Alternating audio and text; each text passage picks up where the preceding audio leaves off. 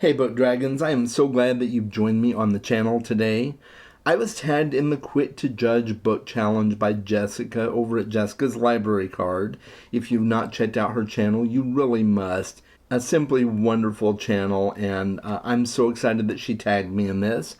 This challenge was originally created by Ali Rizdal, and I know Ali as well from back in the day on BookTube, and it was revived by Ellen Made Book Club. And so I'm super excited to do this today. This is similar to a video I did a while back where I did a speed dating round for my unread physical books.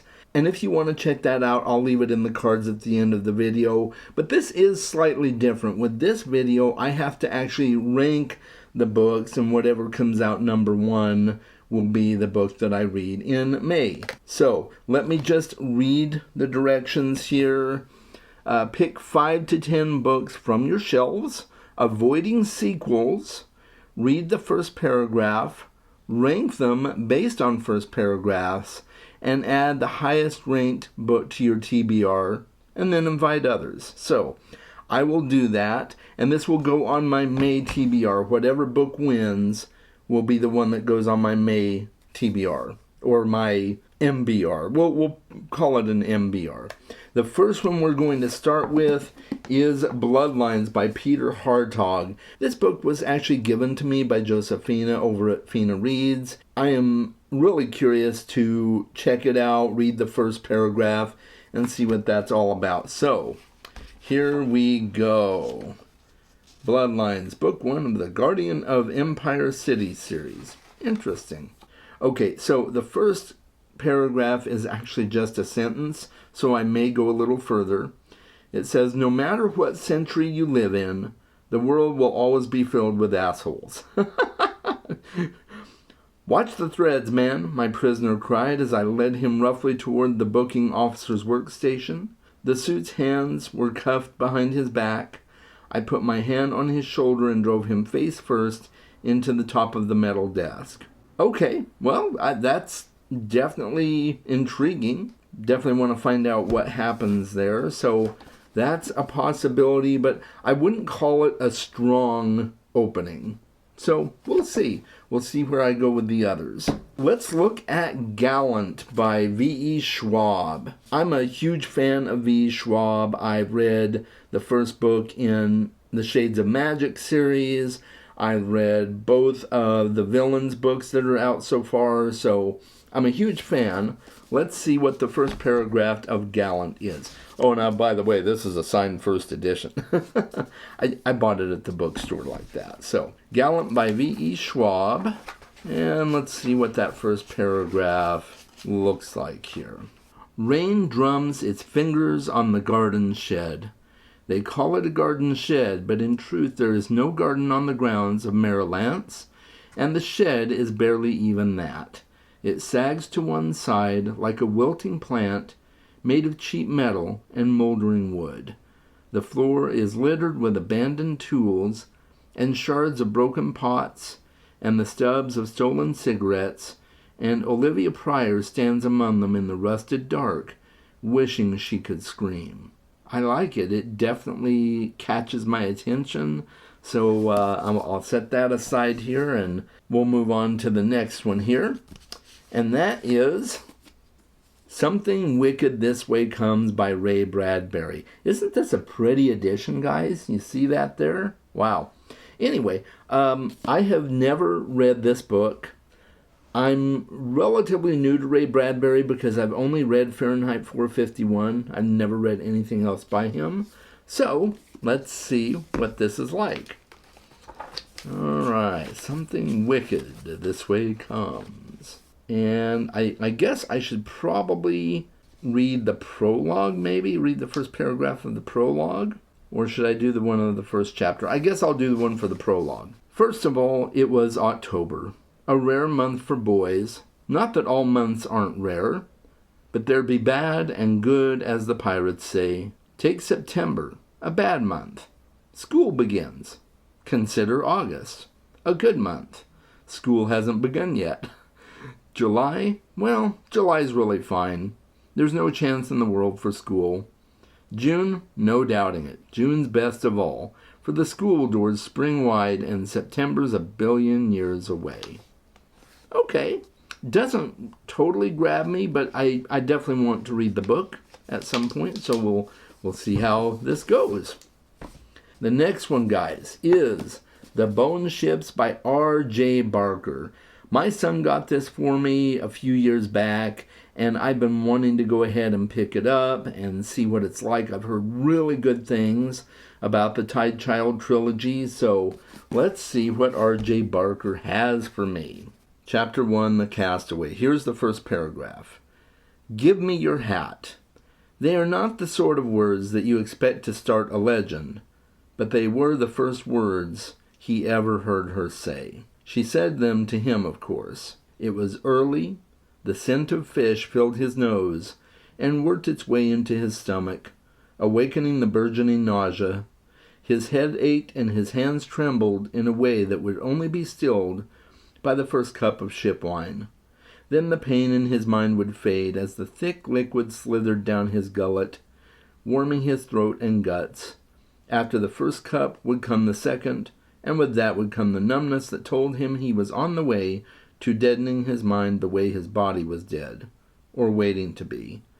Then there would be a third cup, and then a fourth, and then a fifth, and the day would be over, and he would slip into darkness. Decent. I am intrigued, so we'll see. All right, so this is the fifth one, and this is Lost Gods by Brom. This was gifted to me a couple of years ago as a belated Christmas present. So let's see what it says. Let's see what it does. Oh, it's a prologue again. All right.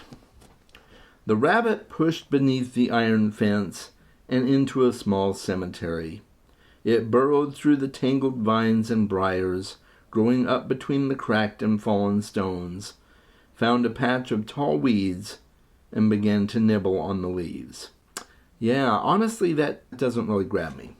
So, we shall see. Number 6, we have The Warm Hands of Ghosts by Catherine Arden. I'm a huge fan of Catherine Arden. The Winter Night trilogy was absolutely amazing for me. So I'm very curious to see what this book is like. I got this when I met her at Phoenix Fan Fusion last year. And yeah, I'm really excited to check this out. So, let's see. Chapter 1 is The Beast from the Sea. Freddy's clothes came to Vaith Street. Vaith? Instead of Blackthorn House. And the telegram that ought to have preceded them didn't reach Laura at all. She wasn't surprised. Nothing had worked properly. Not since December. Yeah, so far I'm not having any clear winners necessarily, but yeah, that's interesting. I definitely want to know more about what happened in December. All right, so we're going to move on to book number 7, and that is The Stardust Thief by Chelsea Abdullah. I have had this book for a while. I think I got it in a traveling book box. And yeah, I'm very curious to see what it's like. I know it's really popular on BookTube, or it was a while back anyway. So yeah, let's see. Let's read the first paragraph of chapter 1 here. When Luli al-Nazari was told by the one-eyed merchant to meet on a small and humble dhow, she expected, quite reasonably, a small and humble dhow. But the dhow was not small, and it was not humble. It was, in fact, quite the opposite. That's interesting. I don't know what a dhow is. D-H-O-W. I may have to look that up. But, yeah, I don't know what that is, so I want to know more. Yeah, so that's that one. And finally, book number 8, we have Elric of Melniboné by Michael Moorcock. This is the first bind-up of the Elric stories, and they're done in chronological order. So technically this is a collection of short stories and novellas. So maybe that's cheating, but they are meant to be read as one volume, I think. So we're going to give it a shot here. And, that's a beautiful map. Look at that. All right. Okay, now enough about maps. Let's see what I come up to. So, book 1 is Elric of Melniboné, so we will go with that. It is the color of a bleached skull, his flesh, and the long hair which flows below his shoulders is milk white. From the tapering, beautiful head stare 2 slanting eyes, crimson and moody, and from the loose sleeves of his yellow gown emerge 2 slender hands, also the color of bone, resting on each arm of a seat which has been carved from a single massive ruby. I like it. I'm very intrigued. So now I'm going to go ahead and rank these guys. And we're going to start with Brom.